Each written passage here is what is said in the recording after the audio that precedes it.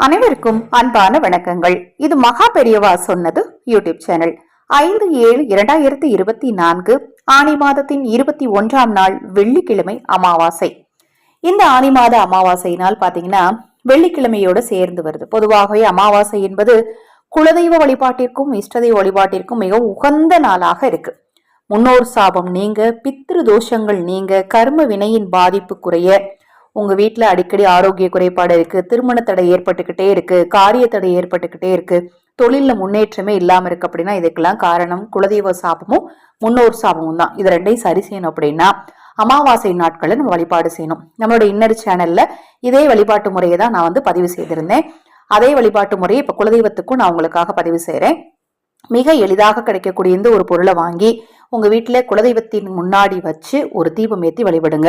எனக்கு குலதெய்வம் எதுவுமே தெரியாதுங்க, என்னன்னு தெரியாது, எனக்கு பெரியவங்க சொல்லல அப்படிங்கிறவங்க உங்க வீட்டு நிலைவாசல்ல நான் சொல்லக்கூடிய இந்த ஒரு பொருளை வச்சு ஒரு தீபம் ஏற்றி வழிபாடு செய்யுங்க. ரொம்ப எளிமையான விஷயம் தாங்க.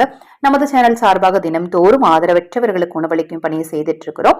அதில் நீங்கள் உங்கள் பங்களிப்பை செலுத்த விரும்பினால், முக்கிய குறிப்பு, ஆடி அமாவாசை என்று நீங்கள் ஆதரவற்றவர்களுக்கு உணவளிக்க விரும்பினீங்கன்னா அப்படின்னாலும் முன்பதிவு செய்துக்கோங்க. 9344692042 இந்த வாட்ஸ்அப் எண்ணுக்கு தொடர்பு கொள்ளுங்க. அதை பற்றிய தெளிவான விளக்கம் கொடுக்கிறேன். ஆடி அமாவாசையில ஆதரவற்றவர்களுக்கு உணவளிப்பது உங்கள் கர்ம வினையின் பாதிப்பை நிச்சயமாக குறைக்கும். உங்க வாழ்க்கையில நீங்க அடுத்த கட்டத்துக்கு போறதற்கான நல்ல வழியை ஏற்படுத்தி கொடுக்கும். இந்த அமாவாசை நாள்ல நீங்க பூஜையரில் ஒரு இளநீர் வாங்கிட்டு வைங்க. இளநீரை வச்சு நீங்க தீபம் ஏற்றி கும்பிடணும். அதன் பிறகு இந்த இளநீரை என்ன செய்யணும்னா அதுல இருந்து கொஞ்சம் எடுத்து மறுநாள் காலையில அதுல இருந்து கொஞ்சம் எடுத்து கொஞ்சம் மஞ்சத்தூள்கள் வீட்டை சுத்தி தெளிச்சு விடுங்க. அந்த காலத்துல என்ன செய்வாங்கன்னா வீட்டு கிணத்துக்குள்ள கொண்டு போய் போட்டுருவாங்க அந்த இளநிய. குலதெய்வம் அந்த வீட்டுல நிரந்தரமா குடியிருக்கும் அப்படின்னு சொல்லி செய்வாங்க. இல்ல பக்கத்துல ஆறு, ஏரி, கடல், குளத்துல கொண்டு போய் அந்த நீரை ஊத்திட்டு வருவாங்க. அது முன்னோர்களை போய் சேரட்டும் அப்படின்னு சொல்லி. இந்த ரெண்டுமே எனக்கு சாத்தியப்படாது அப்படின்னு நிறைய பேர் சொல்லுவீங்க. அதனாலதான் கொஞ்சம் இளநீர் எடுத்து உங்க வீட்டை சுத்தி தெளிச்சு விடுங்க. மீதி இளநீரை உங்க வீட்டுல கிணறு, ஆறு, ஏரி, குளம் பக்கத்துல இருந்தது அப்படின்னா அங்க கொண்டு போய் போட்டுருங்க. மிகவும் எளிதான இந்த ஒரு பரிகாரத்தை நீங்களும் செய்யுங்க, மற்றவர்களுக்கும் சொல்லுங்க. தொடர்ந்து நம்ம சேனலை பாருங்க.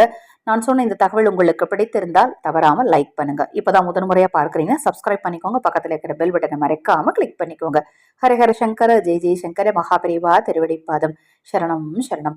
இந்த பதிவை கேட்டுக்கொண்டிருக்கும் உங்களது அனைவரது வாழ்விலும் மகாபெரிவா அருளால நல்லதே நடக்கட்டும்.